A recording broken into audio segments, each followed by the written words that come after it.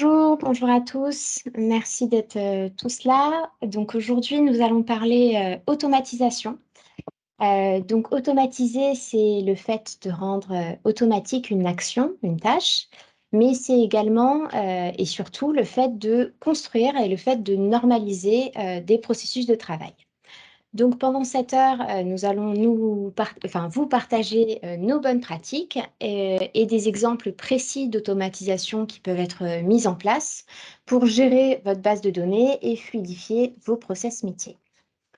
Avant de commencer, nous allons nous présenter. Donc, je vais animer. Donc, je suis Laura, je suis directrice de projet chez MyDigi Company, donc qui est une agence de marketing digital. Et on accompagne donc les entreprises à mettre en place différentes actions, soit sur HubSpot, soit à mettre en place des stratégies digitales et à structurer en fait et mettre en œuvre leurs différentes actions. Nous sommes aujourd'hui donc avec Clémence, avec qui je vais animer ce webinaire. Et derrière nous, nous avons donc Nat, notre directeur de production, qui va s'occuper de répondre à toutes les questions qu'il y aura dans le chat, qui est aussi accompagné de Gauthier. Et en ligne, nous avons donc Raphaël, qui est Senior Channel Account Manager chez HubSpot et qui est aussi disponible pour répondre à vos questions. Donc n'hésitez pas, ce webinaire se veut interactif. On est là pour échanger. Donc, tout au long du webinaire, vous pouvez poser vos questions dans le chat et on y accordera le temps qu'il faut pour y répondre. J'anticipe peut-être la première question que vous vous posez. Oui, nous allons vous partager donc ce support ainsi que le lien du replay du webinaire très bientôt après le webinaire. Voilà, donc maintenant que nous sommes présentés, je vais vous demander donc de faire la même chose. Si vous voulez bien mettre dans le chat voilà, votre nom, votre entreprise, peut-être vos besoins sur HubSpot. Et vous allez aussi avoir un petit sondage qui va apparaître à votre écran auquel vous pouvez répondre pour nous donner un peu d'infos sur vos connaissances et vos besoins. On va donc passer à la revue du sommaire. Donc, de quoi on va discuter aujourd'hui, puisque ce webinaire est centré sur les automatisations et comment automatiser ces process, et notamment en gros point outils. Donc aujourd'hui, on va focus sur l'outil qui est de HubSpot, qui est donc un CRM avec différentes briques.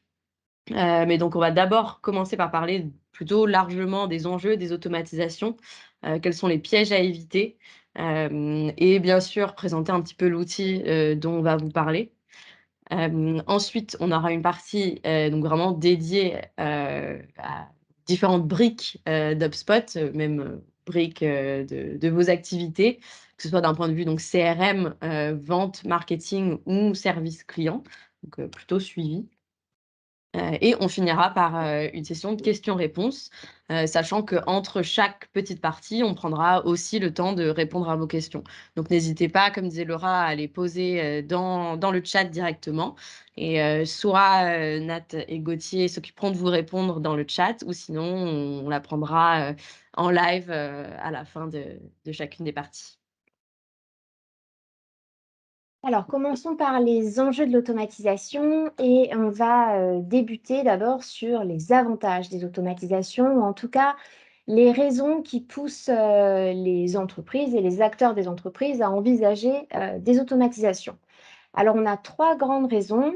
La première, ça va être de vouloir supprimer les tâches qui sont répétitives et chronophages pour les équipes afin de justement qualifier l'intervention des équipes.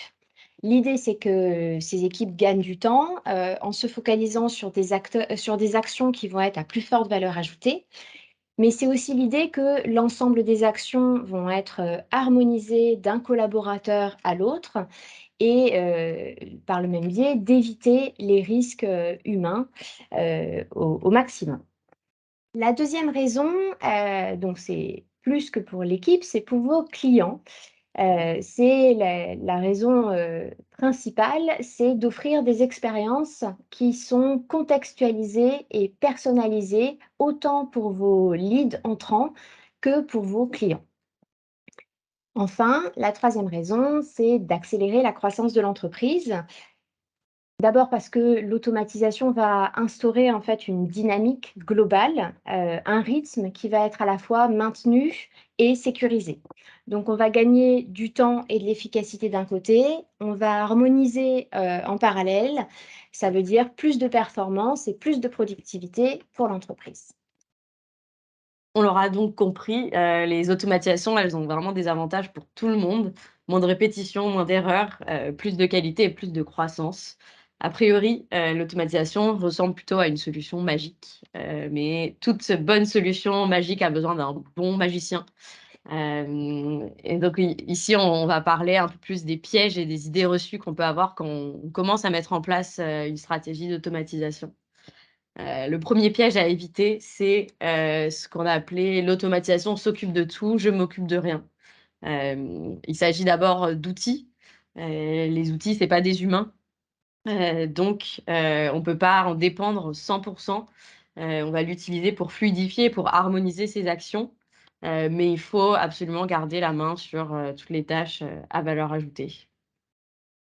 La deuxième idée, reçue, le deuxième piège, c'est de se dire, «L'automatisation, elle va me permettre de faire plus».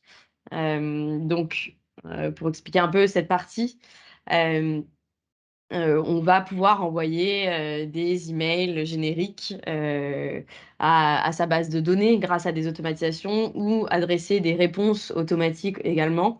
Mais il faut faire attention à ne pas vouloir, 100 tout automatiser.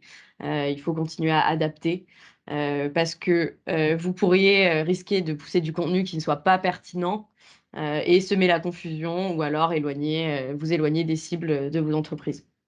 Donc l'automatisation, elle sert surtout à faire mieux, à faire plus rapidement, elle sert à fluidifier, à établir des relations durables, avec ses prospects et ses clients. Mais il faut garder, le côté humain, dans ses actions. La troisième idée reçue, c'est de se dire, «Je vais tout automatiser maintenant, je vais tout faire d'un coup et comme ça après je serai tranquille». Alors ce qu'il faut savoir, c'est que les automatisations, ça va vivre dans le temps. Vous allez avoir des besoins aujourd'hui, que vous n'aurez peut-être plus demain ou vice versa. Donc il faut pas vous dire que ça va être figé dans le temps. Nous, on recommande pas de se dire, «Je vais faire une grosse intégration, où je vais passer 6 mois à mettre à plat toutes les automatisations dans ma tête ou dans un cahier des charges», parce que vous allez vous rendre compte que quand vous allez les mettre en place, vous allez avoir, des nouveaux besoins qui vont apparaître ou des choses, dont vous pensiez utiles qui ne le sont finalement pas. Hem, donc il faut vraiment voir, cette stratégie comme quelque chose que vous allez construire. Vous allez donc commencer plutôt par, mettre en place une base solide d'automatisation clé et ensuite, faire évoluer votre CRM et vos actions au fur et à mesure. On va parler maintenant outils de l'automatisation. Donc nous, on utilise HubSpot, notre CRM favori. Et c'est un outil qui est particulièrement puissant sur le sujet des automatisations, puisqu'en fait, il est fait pour ça. En effet, HubSpot, il regroupe tous les éléments essentiels à la gestion de l'expérience client dans une solution qui va s'appuyer sur une base de code unifiée. Donc, ça veut dire que vos équipes marketing, commerciales, opérationnelles et aussi vos équipes qui s'occupent du service client vont bénéficier d'un centre unique d'information. Elles vont du coup pouvoir travailler en synergie au service du client. Mais un bon CRM, ce n'est pas seulement un agrégateur de données. Il faut profiter de toute sa puissance et pour profiter de toute sa puissance, le CRM doit vivre. Il doit être mis à jour selon les évolutions de votre organisation, de vos offres, mais aussi de votre connaissance client.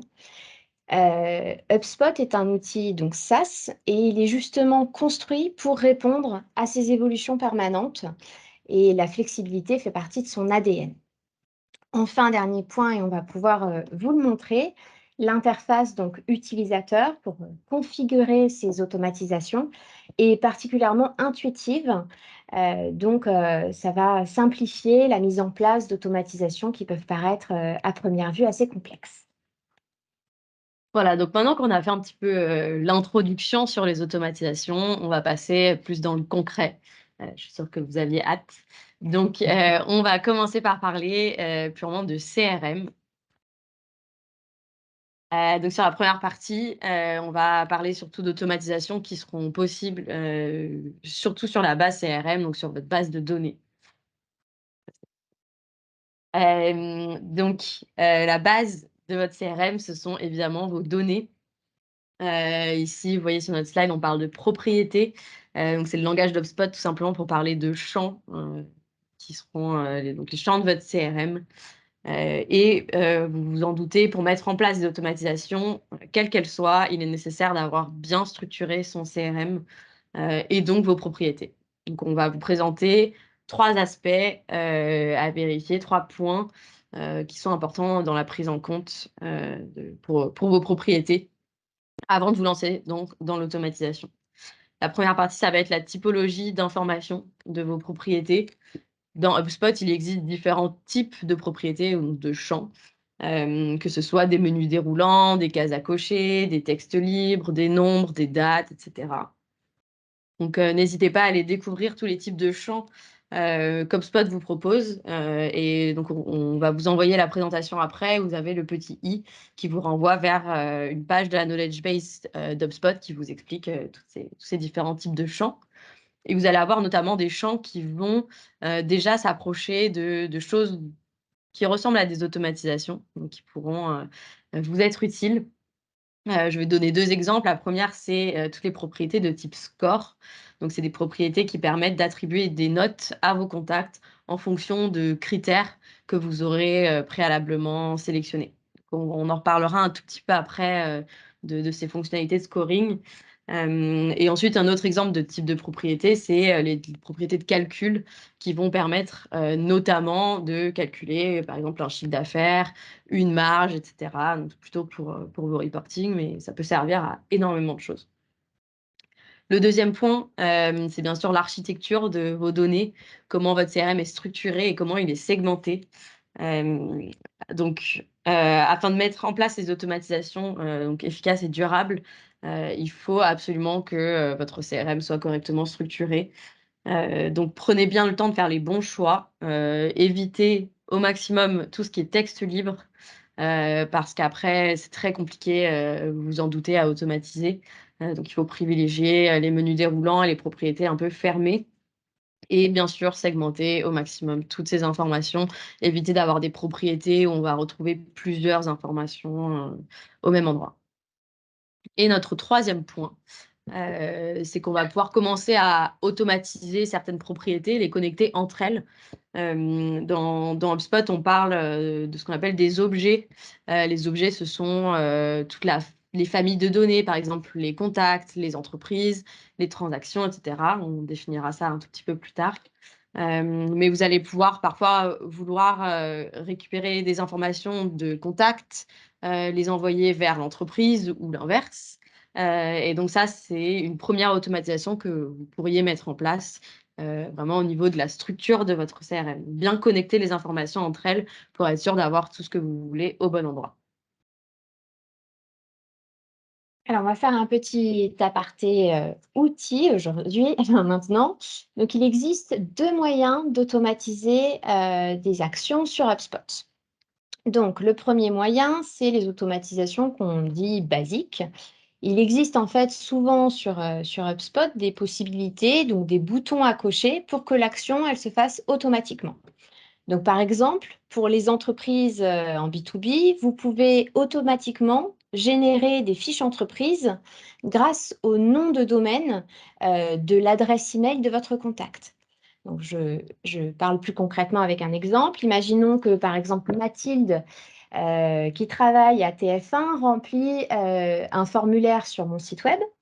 Dans le champ adresse mail à renseigner de mon formulaire, donc elle va compléter mathilde@tf1.fr. Si la fiche entreprise liée au nom de domaine tf1.fr n'existe pas déjà dans mon HubSpot, elle va être créée. Et HubSpot va l'alimenter des différentes informations qu'elle trouve sur cette entreprise. Donc, par exemple, le secteur, sa taille, le siège social, où est-ce qu'il est situé, etc. En revanche, si elle existe déjà, la fiche contact de Mathilde, elle va être liée automatiquement à la fiche existante de l'entreprise TF1. Donc ça, c'est pour la première option d'automatisation.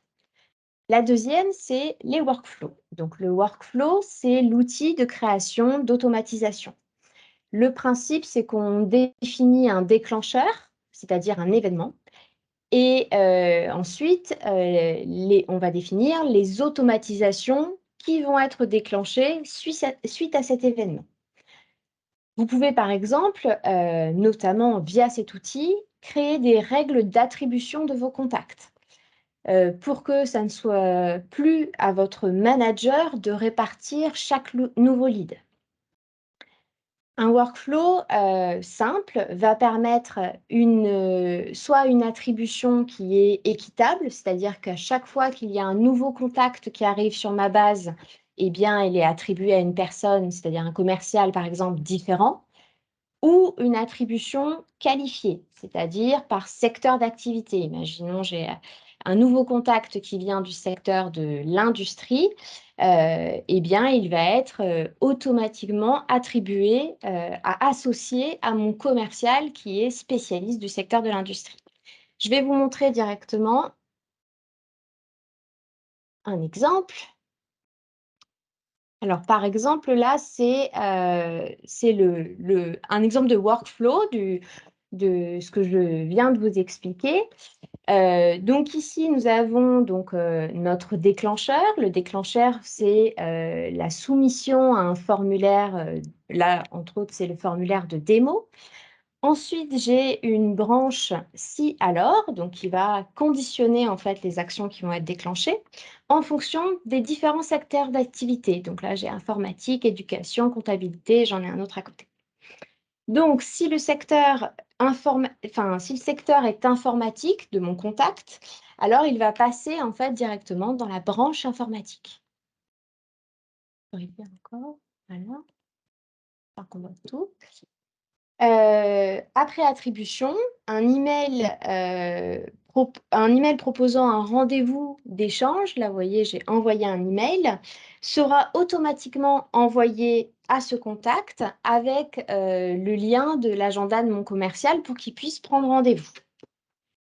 Une fois le rendez-vous pris, une tâche va être, vous voyez là, c'est la suite du workflow. Donc là, j'ai envoyé mon mail. Ensuite, le rendez-vous est pris ou pas pris.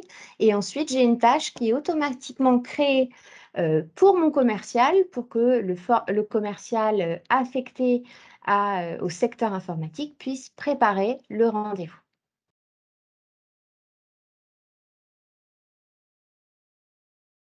On va passer maintenant au sujet des intégrations.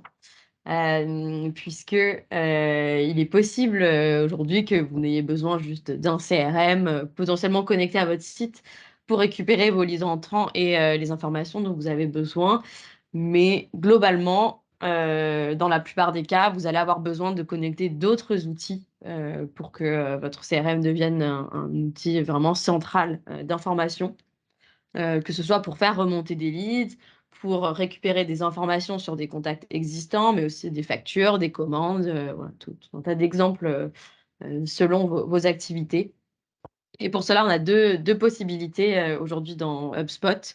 D'un premier point, on a tout ce qu'on appelle les intégrations natives, tout simplement liées au marketplace d'intégration d'HubSpot. Donc, ce sont des connecteurs qui sont déjà créés. Le deuxième point, c'est, on va parler plutôt d'API, donc de développement maison de connecteurs. On va commencer plutôt sur la partie intégration. Donc ce sont des connecteurs qui sont développés par HubSpot ou par des tiers, mais validés par HubSpot derrière, afin de connecter deux outils. assez facilement. Ça peut être WordPress, ça peut être des solutions de téléphonie comme Aircall, d'autres CRM comme Salesforce ou même des solutions de communication comme Slack. Donc ça, ce sont des exemples de connecteurs natifs qui existent aujourd'hui. La marketplace d'HubSpot est très vaste et de nouvelles intégrations font surface assez régulièrement, donc surveillez. Pour donner un petit exemple, vous pourriez connecter un site e-commerce à HubSpot, par exemple un WooCommerce, PrestaShop, etc. Et y faire figurer toutes les commandes de vos contacts. Ça, c'est assez basique en termes de e-commerce. C'est très important, évidemment, d'avoir toutes ces informations de commandes, de paniers abandonnés, de produits achetés, de comptes clients créés, etc. Et ça vous permettra de créer des automatisations par là ou même d'envoyer des emails segmentés et ciblés. Une autre solution, si votre connecteur n'existe pas dans les intégrations natives, c'est de passer par des outils tiers comme par exemple Zapier, qui est un outil qui permet de connecter également des outils entre eux. Donc, il existe une connexion avec HubSpot. Après, il y a à peu près 1400 applications disponibles dedans. Donc, ça peut être une solution pour la partie intégration simple, on va dire. Ensuite, donc l'autre option, si votre intégration simple n'existe pas ou que vous avez des besoins assez personnalisés, c'est de passer par les API. Les API, c'est tout simplement des solutions de connexion entièrement codées, donc entièrement personnalisables. Il faut savoir que HubSpot possède un environnement complètement ouvert, donc vous avez la possibilité de connecter tout ce que vous voulez à cet outil. Et donc, bien sûr, de les personnaliser selon vos besoins. Cela va nécessiter 3 choses. Le premier point, c'est que du coup, la plateforme que vous voulez connecter soit également sur des environnements ouverts, puisque ce n'est pas forcément le cas pour toutes, même si aujourd'hui, sur des plateformes SaaS, c'est très généralement le cas. Ensuite, il va vous falloir de la méthode pour déterminer qu'est-ce que vous allez connecter, comment et quelles vont être vos correspondances entre votre outil de départ et HubSpot. Et finalement, pas des moindres, un bon développeur, quelqu'un qui pourra vous coder votre API. Je vais vous donner un petit exemple pour que ce soit un peu plus concret pour vous. Chez My Company, on a souvent l'occasion de travailler avec des écoles ou des centres de formation dont les process de recrutement sont généralement assez complexes. La génération de leads va se faire par le site, par des salons, par Parcoursup ou d'autres outils de génération de leads. Ils peuvent ensuite être traités via des actions marketing, par exemple, donc via des workflows de lead nurturing, des emailing, ou carrément directement par des actions commerciales, donc des prises de rendez-vous, des séquences d'emails personnalisées. Et une fois mûr, l'étudiant ou le contact lancera une procédure d'inscription. Cette procédure, elle se fait généralement via des ERP spécialisés. Il est donc possible de connecter cet ERP à HubSpot pour avoir une synchronisation possible. Donc, la synchronisation, elle peut être bidirectionnelle, c'est-à-dire que HubSpot va renvoyer des informations à votre ERP et l'ERP renverra des informations à HubSpot. Donc, ça permet d'être sûr d'avoir les mêmes informations des deux côtés, de ne pas avoir d'oubli, ou de ne pas forcer votre contact à saisir plusieurs fois les informations dans plusieurs outils. Voilà, donc on va passer ensuite à des automatisations plus liées à vos activités marketing. Avant cela, on s'arrête un petit peu, voir si vous avez des questions. Je ne sais pas s'il y a des questions dans le chat. Non. Si tout le monde a tout compris et en tout cas n'a pas de questions. En tout cas, si vous en avez, n'hésitez pas à les poser dans le chat au fur et à mesure quand elles vous viennent. Et puis Ou attendre la fin pour les poser, puisqu'on a réservé un peu de temps aussi. On va du coup passer au hub marketing. Donc, on va voir ensemble comment les automatisations nous permettent d'optimiser nos actions marketing. D'abord, on va parler formulaire. Donc, sur votre site web aujourd'hui, vous avez certainement déjà des formulaires. Donc, ça peut être des formulaires de contact, des formulaires d'inscription, des formulaires pour accéder à certains contenus à forte valeur ajoutée. Nous, on a 4 conseils pour créer des automatisations et faciliter la gestion des données, la gestion et l'exploitation des données qui vont être récoltées. Le premier conseil, c'est de passer au formulaire HubSpot. Donc, pour faire remonter les informations recueillies par ces formulaires directement donc, dans votre HubSpot. Vous pouvez intégrer des formulaires HubSpot facilement dans votre site grâce à un bout de code qui est fourni directement par l'outil HubSpot. Et vous n'aurez après plus besoin de récupérer l'ensemble des données générées, de les exporter dans un Excel un peu triste pour peut-être les réimporter dans un Data Studio un peu compliqué. Toutes les informations seront sur votre HubSpot. Le deuxième conseil, c'est de faciliter la saisie à vos contacts. Si le contact est connu de votre CRM et qu'il a accepté les cookies de votre site, les formulaires peuvent être pré-saisis des informations qui sont déjà connues d'HubSpot. Donc, ça va être un gain de temps pour votre contact, mais aussi une expérience plus sympa. Le troisième conseil, c'est de craquer pour les formulaires intelligents, enfin pour les champs intelligents.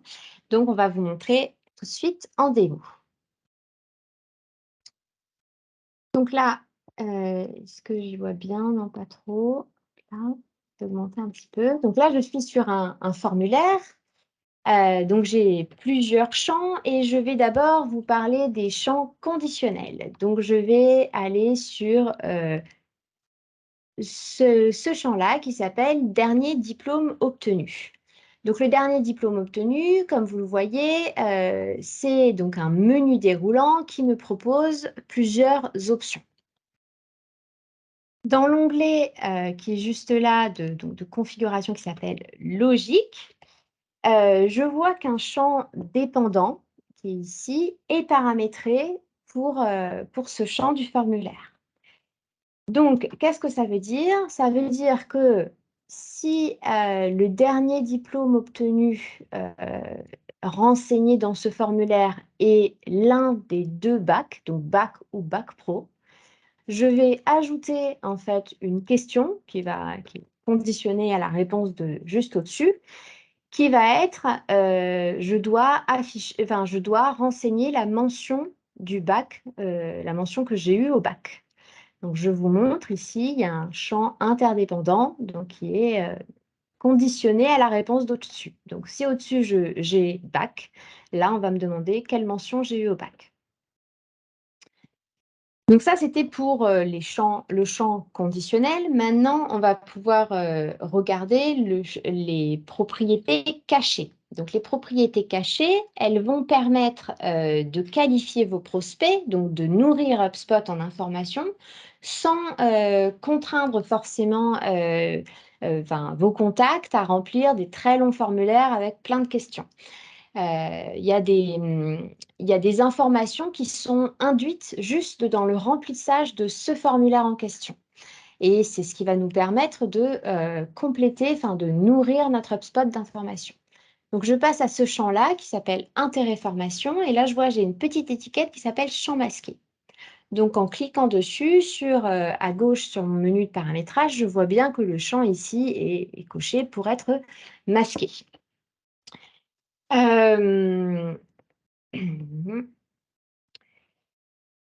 Alors, en fait, qu'est-ce que ça veut dire, concrètement? C'est que quand le contact va remplir ce formulaire en question qui s'appelle Demande d'infos BTS comptabilité, on a pris un exemple, qui est un diplôme qui ne s'effectue qu'en alternance, eh bien, on sait dire à HubSpot, si un contact remplit ce formulaire, alors il porte de intérêt formation, pour les formations en alternance. Et donc, ça va alimenter directement la fiche contact de la personne qui remplit ce formulaire.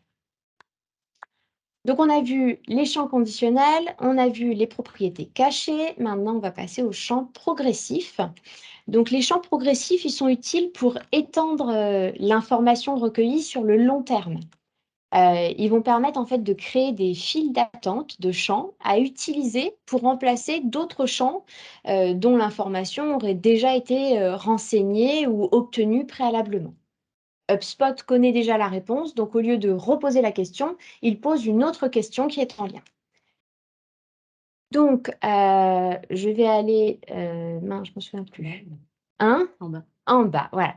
Dans les champs progressifs mis en file d'attente, donc là, j'ai créé pour ce formulaire en question. Si un formulaire, enfin, si une question, si pour une des questions, j'ai déjà la réponse, eh bien, ça sera plutôt cette question, j'ai déjà une alternance, qui sera posée. On revient à mon quatrième conseil, et donc qui est de programmer la suite. En effet, depuis peu, il est possible, hop là, de programmer des automatisations comme des tâches, des emails de suivi directement depuis les paramétrages du formulaire. Donc malheureusement, je dois retourner ce truc. Et donc pour ce faire, il faut aller dans l'onglet ici Automatisation. Et là, vous pouvez créer un workflow directement à partir du formulaire que vous voulez automatiser. Et donc, vous pourrez automatiser des actions à partir de ce formulaire. Donc ça, c'est nouveau. On va passer à la slide suivante. Donc, on a encore beaucoup d'outils dans le hub marketing. On ne va pas pouvoir faire des démos sur tous les outils, mais je vais parler rapidement des outils de blog et de réseaux sociaux, puisque la mise en place d'une stratégie de contenu, ça peut prendre beaucoup de temps et le suivi opérationnel peut être assez chronophage également.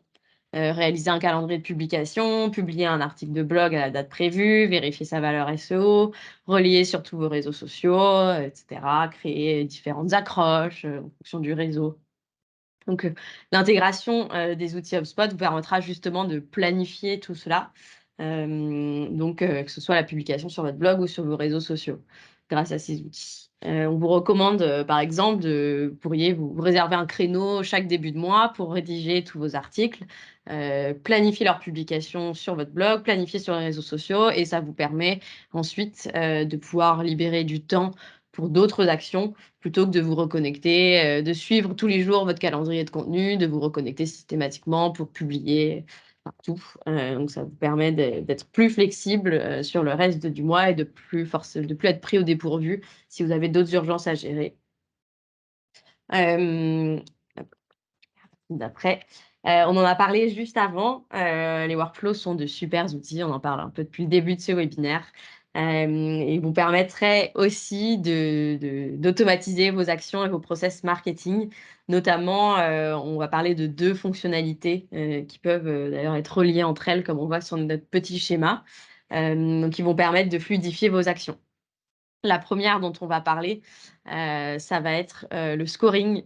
Je l'ai un petit peu introduit en début de webinaire. On a dans HubSpot des propriétés de scoring qui vous permettent de mettre en place des actions précises en fonction des typologies de clients et de leur maturité.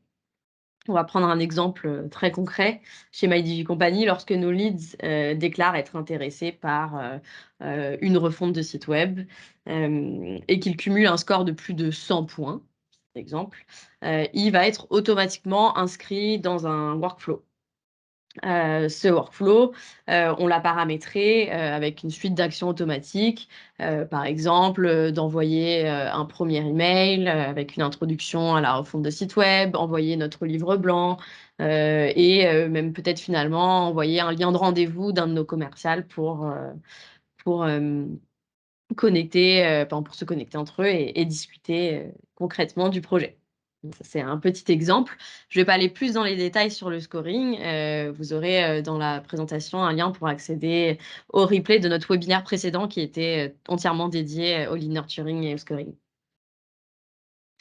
Ensuite, on peut également utiliser les workflows pour mettre en place des séquences d'emails, des séquences qui peuvent donc être liées au scoring ou être liées à d'autres points. Ça peut, par exemple, concerner le téléchargement d'un livre blanc, l'invitation à un événement. Pour redonner un exemple lié à nos activités, suite au téléchargement d'un livre blanc sur toujours la refonte de site internet, je peux planifier ma prise de contact avec un premier email de remerciement en proposant des articles intéressants à ce sujet et un deuxième email qui proposerait un audit gratuit, par exemple, de leur site actuel. Ce sont des exemples.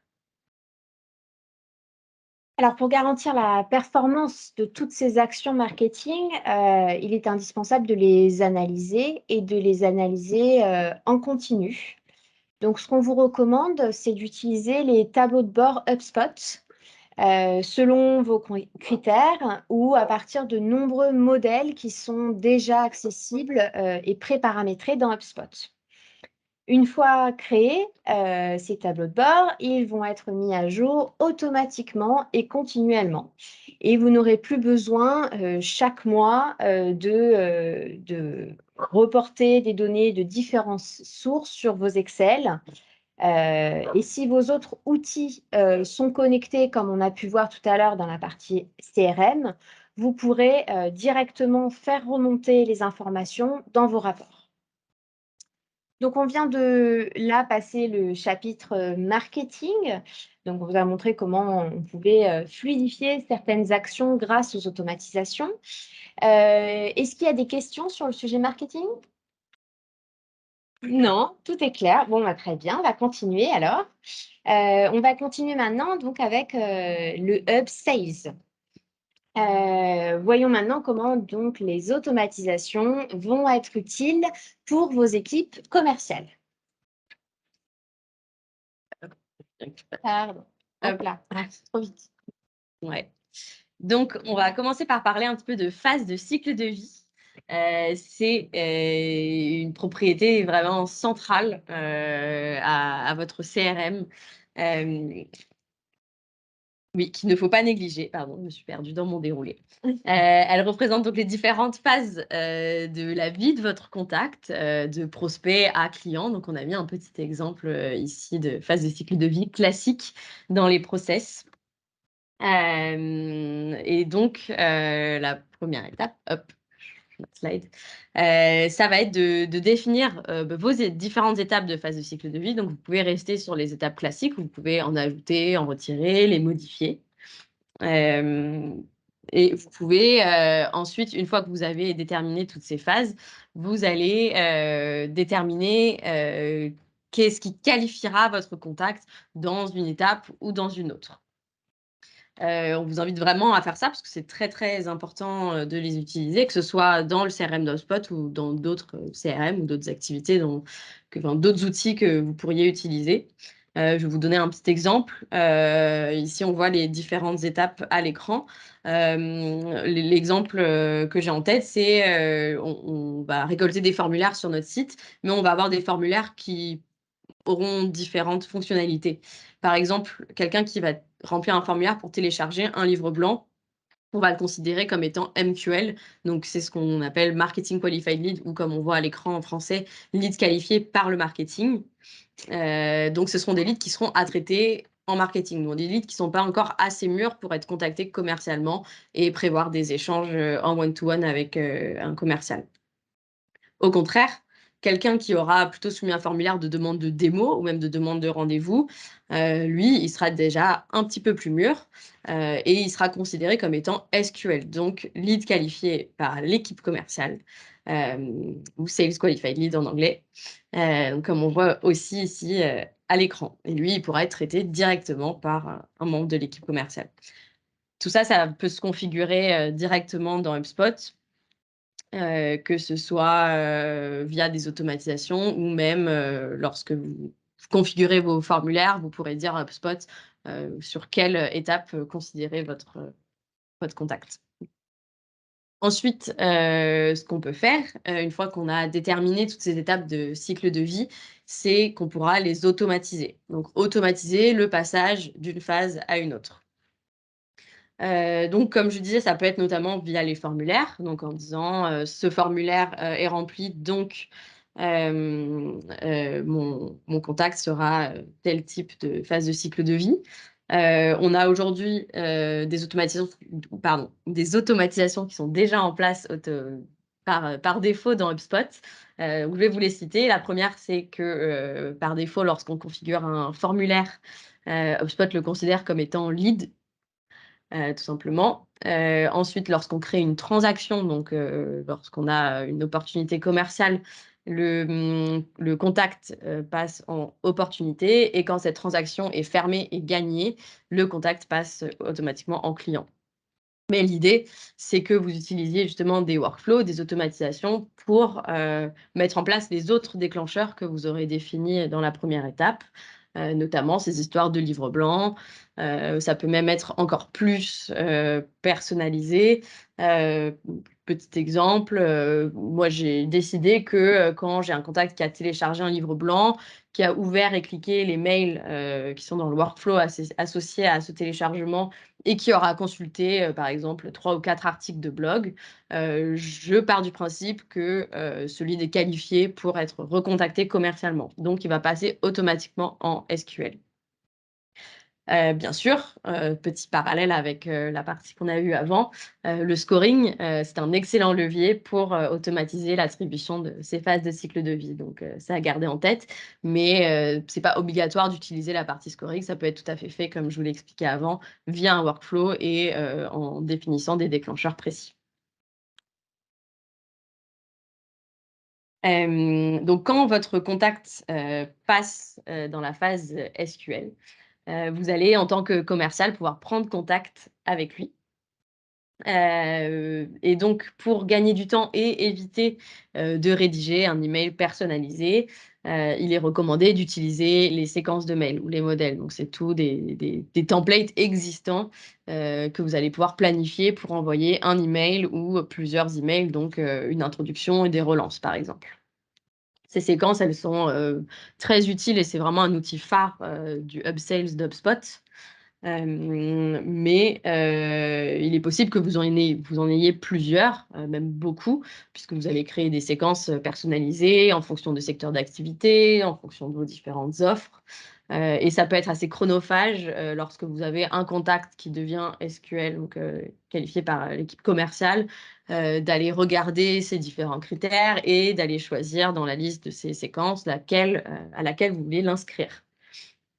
Et donc, pour vous faciliter cette tâche et pour vous faire gagner du temps, il est désormais possible d'automatiser l'inscription de vos contacts à des séquences. Oui, ça, à des séquences grâce à des workflows. On mélange un peu les automatisations ici. Je prends un exemple plus concret. Aujourd'hui, donc, mon lead est devenu SQL. Donc, je vais recevoir une notification. Il me sera attribué en tant que commercial. Sur sa fiche contact, on voit qu'il y a un intérêt sur un produit qui a été saisi et qui est connu et que donc il est prêt à être contacté commercialement. Ainsi, je peux donc automatiser l'inscription à la séquence appropriée grâce à un workflow. C'est-à-dire que dans mon workflow, je vais définir les différents déclencheurs et en fonction du secteur d'activité, des informations que j'ai déjà recueillies, je vais l'inscrire à la séquence qui est optimale pour ce contact. On a parlé donc séquences, on va parler maintenant tâches, puisqu'elles sont aussi très utiles quand elles sont bien faites pour vos équipes commerciales. Elles vont elles vont leur permettre d'organiser un peu leur quotidien et d'éviter surtout les oublis et les relances. Donc, on va aller voir cela en démo. Donc là, par exemple, je me suis dirigée donc, dans l'onglet, donc je suis sur HubSpot, dans l'onglet Vente et Tâches. Et là, j'arrive sur l'ensemble des tâches qui me sont attribuées. D'ailleurs, je le remarque, je suis en retard sur certaines d'entre elles. Pour les trier, puisque c'est des tâches qui concernent différentes étapes, j'ai créé différentes files d'attente. Ces files d'attente, donc elles sont là. Et ça me permet de séparer les sujets, de les traiter, donc de traiter mes tâches par typologie de tâches, plutôt que de manière désorganisée, encore une fois, pour gagner du temps. Donc, par exemple, j'ai la file d'attente envoi de propal, donc ça c'est pour envoyer mes propositions commerciales. J'ai la file d'attente pour inscrire des contacts à des séquences ou ensuite pour les relancer. Donc, ces tâches, elles requièrent d'être traitées manuellement. Elles vont être utilisées pour tout ce qui ne peut pas s'automatiser. Mais ça n'empêche pas qu'il faut automatiser, qu'on peut automatiser pour gagner du temps la création de ces tâches et leur attribution. Vous pouvez aussi, petite astuce supplémentaire, vous pouvez aussi créer directement des tâches de relance quand vous envoyez un email. Donc, par exemple, là, je suis sur la fiche contact de Kevin. J'ai envie de lui envoyer un email. Donc, j'appuie ici. Voilà, ça marche. Et ici, j'ai une petite coche que je peux cocher si je veux me créer une tâche de relance pour penser à relancer Kevin au cas où il ne m'aurait pas répondu. Et je peux même personnaliser quand est-ce que je veux recevoir cette relance. Donc, il y a des timings préconfigurés, mais je peux aussi mettre une date personnalisée.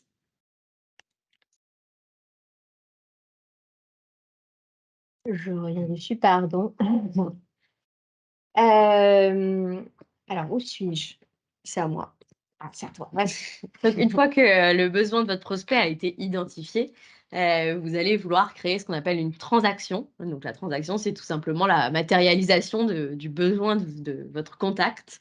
Et cette transaction, elle va venir s'insérer dans votre pipeline. Le pipeline, ce sont les différentes étapes commerciales qui sont déterminées par vos process commerciaux. Donc, ce pipe est composé de différentes colonnes. Ce sont donc vos différentes étapes. On les voit ici à l'écran, besoin identifié, propal à faire, etc. Votre transaction, elle va venir progresser dans vos étapes, évidemment, d'une colonne à une autre. Parfois, elle va en sauter, parfois, elle va repasser dans une colonne précédente. Tout va dépendre du besoin et du contact.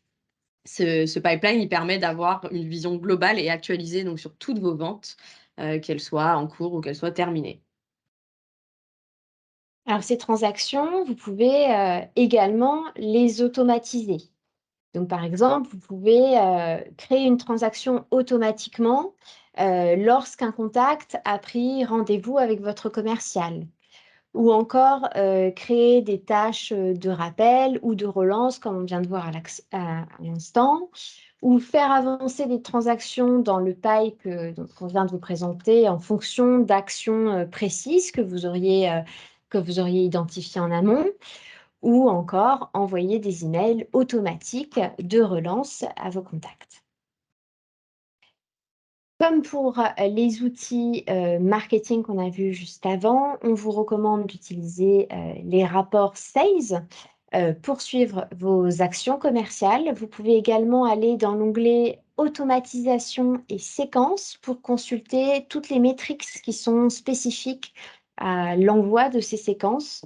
Donc, par exemple, vous pouvez retrouver le nombre d'inscrits, le taux d'ouverture, le taux de réponse, donc des informations essentielles pour optimiser justement les outils qu'on a mis à sa disposition. Avant de passer donc au dernier hub, qui est le hub service client, est-ce que vous avez des questions? Est-ce qu'on a encore des questions? De nombreuses questions par rapport au hub sales. Très peu, ok. Bon, alors continuons. Ça tombe bien, puisqu'il est 11h48. On va donc avancer sur la partie service client, donc le hub service d'HubSpot. Présenter la petite slide suivante. La question à se poser, c'est par quel canal arrivent aujourd'hui vos demandes entrantes côté service client? Est-ce que vous vous contentez de les réceptionner, donc un mail envoyé à un chef de projet qui va aller créer un ticket à la main ou par exemple, avec une nouvelle demande. Si c'est votre cas, vous avez bien fait de venir à ce webinaire parce qu'on va vous présenter différents moyens d'automatiser votre gestion des tickets et de votre service client. Donc aujourd'hui, dans HubSpot, on peut bien sûr automatiser la création de tickets et on peut connecter différents canaux. On les a présentés ici. Ça peut être par exemple une adresse mail groupée comme support@mydigicompany ou votre nom de domaine. Ça peut être via un formulaire sur votre site si vous avez une page dédiée au service client. Ça peut aussi être via un chatbot. Pareil, si vous avez une partie de votre site qui est dédiée à la partie service client. Donc, ça peut se connecter ainsi. Et depuis très récemment, je crois depuis mi-novembre, vous pouvez également connecter WhatsApp. Donc pour tous ceux qui utilisent WhatsApp pour communiquer avec vos clients, vous pouvez aussi le connecter à vos boîtes de réception et générer automatiquement des tickets. Donc je vais vous montrer ça. Hop. Voici donc ma boîte de réception dédiée au support. On voit ici, elle s'appelle support. Donc, j'ai 2 mails qui me sont attribués, que je n'ai pas encore traités, qui datent, ils ont 17 heures déjà, donc je suis un petit peu en retard là-dessus. On les voit donc ici, j'ai le contact en question, c'est moi. Je me suis envoyé mon propre ticket pour cette démo, puisque j'ai perdu l'accès à mon compte Facebook. Voilà. Donc cette boîte de réception, elle va me permettre de rester en contact avec mon client qui a besoin d'aide. Donc je vais pouvoir lui répondre directement ici et recevoir bien sûr ses réponses. Et lorsque j'ai reçu, donc puisque ma boîte mail est connectée, ou ça aurait pu très bien, comme je vous disais, être envoyé par un formulaire ou par un chat, j'ai un ticket qui a été créé automatiquement. Donc il est ici. Je vais aller voir mon pipe de tickets qui est assez similaire au fonctionnement du pipe commerce. Donc j'ai aussi différentes étapes et mes tickets qu'on voit ici. Donc j'ai un nouveau qui vient d'arriver qui est ici donc dans ma case nouveau et un ticket qui est déjà en attente de résolution de notre côté. Comme pour le pipe des transactions, donc le pipe commercial, celui-ci est entièrement personnalisable et automatisable. C'est-à-dire qu'entre chaque étape, je vais pouvoir créer différentes automatisations. On va retourner sur slide. Hop. Ça, c'est un exemple donc d'automatisation qui ont été configurées au niveau du pipe de tickets. Donc voilà, vous pouvez voir qu'on a mis des notifications, des emails, des inscriptions dans des workflows un peu plus complexes. Mais je pourrais, pour vous donner un exemple, automatiser l'envoi d'emails en fonction du statut du ticket. Donc si le ticket est en cours, envoyer un email, bonjour, votre ticket a bien été pris en compte par nos équipes, et s'il est fermé, également prévenir le contact que le ticket a été résolu. Voilà, cette petite partie. J'ai quelques petits points en plus, pardon, je vais passer trop vite ma slide, sur le hub service. On a d'autres points assez intéressants au niveau des automatisations. Par exemple, la mise en place d'une base de connaissances, ce qu'on appelle les FAQ, qui peuvent être reliées à un chatbot, ce qui fait que donc vous allez créer votre base de connaissances avec différents articles pour toutes les questions qu'on vous pose très régulièrement et dont vous avez marre de répondre. Et vous pourrez donc connecter un chatbot à celui-ci et quand votre contact posera des questions au chatbot, il va pouvoir aller récupérer les informations directement dans la base de connaissances pour les envoyer au contact. Donc ça, c'est un outil qui est très utilisé par nos clients. Et bien sûr, en tout petit point, reporting comme on l'a fait sur les hubs précédents, vous pouvez tout à fait avoir des rapports assez détaillés sur vos activités de service, notamment les temps de résolution de tickets, l'attribution, tout ça, le nombre de tickets qui ont été créés, etc. Donc assez d'infos qui sont utiles à avoir pour analyser vos résultats et optimiser vos process continuellement. C'est bon. Est-ce qu'on a des questions? Non, ça va? OK.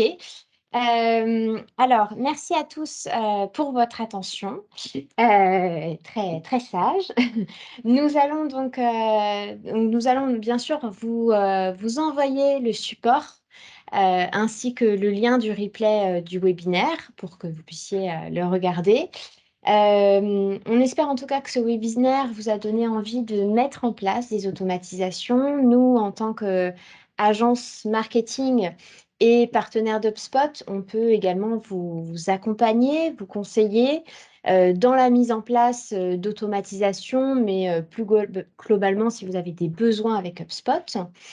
Et puis, je vous invite enfin à nous recontacter si vous avez la moindre question ou le moindre conseil à demander, soit en nous écrivant directement à l'adresse qui est là, soit vous pourrez également, on va vous envoyer donc cette présentation. Et si vous avez un lien avec un calendrier, c'est pour prendre directement rendez-vous sur notre agenda et réserver le créneau qui vous convient.